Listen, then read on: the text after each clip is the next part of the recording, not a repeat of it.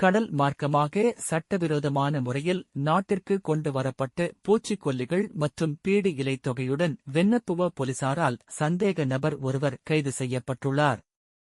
அரச புலனாய்வு அதிகாரிகளிடம் இருந்து கிடைக்கப்பெற்ற தகவலின் அடிப்படையில் வென்னப்புவ மா ஓயா பிரதேசத்தில் மேற்கொள்ளப்பட்ட சுற்றுவளைப்பின் போதே சந்தேக நபர் கைது செய்யப்பட்டுள்ளதாக தெரிவிக்கப்படுகிறது.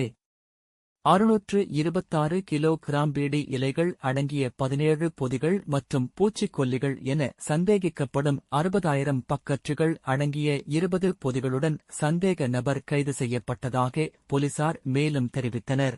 சந்தேக நபர் கொழும்பு 15 பிரதேசத்தைச் சேர்ந்த 27 வயதுடையவர் எனவும் வென்னப்புவ போலீசார் மேலதிக விசாரணைகளை மேற்கொண்டு வருவதாகவும் தெரிவிக்கப்பட்டுள்ளது.